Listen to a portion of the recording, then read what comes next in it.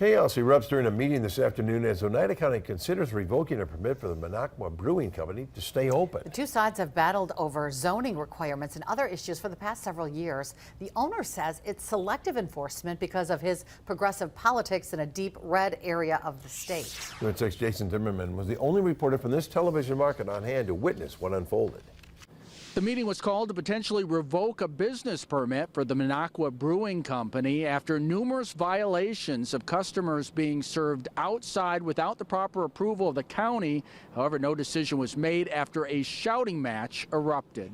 Known as a gathering spot for progressive politics, the Minocqua Brewing Company is now fighting to stay open, as its owner, Kirk Bangstead, went before the county to respond to violations he says are politically motivated and selectively enforced. He cites a request for a beer garden as an example. If they all vote no to giving me 6 parking exemptions to build a beer garden, but they've said yes to another brewery a mile away and give them 30 parking exemptions, they've said yes to a bar 2 blocks away with 47 exemptions, they know they've opened themselves up to a lawsuit. However, as Bangstead attempted to speak, he was accused of going off topic, which led to a back-and-forth shouting match, and eventually chaos ensued.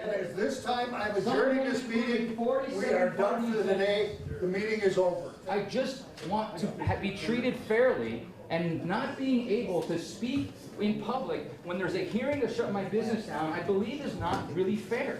Once the meeting was called off, we attempted to ask county supervisors about Bangstead's allegations. I'm open to any comment right now, please. He's saying it's selective government. Is it? Is it? I have no comment. I have no comment. Those holding the meeting also couldn't say when it would resume. Well, we'll probably have a meeting on August 2nd.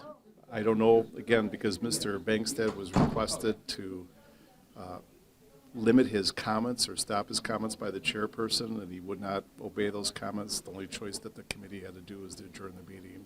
The outburst by Bangstead came just after his attorney promised to work with the county to resolve the violations moving forward. What they didn't want to do was forcibly remove me from this because that would have looked bad, because it's so ridiculous, because all we want is a place to serve our beer outside. And these guys wouldn't even let me tell my story, which would have lasted 2 more minutes. And instead, they shut the entire thing down. This issue has attracted attention from across the country, with supervisors admitting during this meeting that their email accounts have been slammed by comments. Reporting in Rylander, Jason Zimmerman, Action 2 News.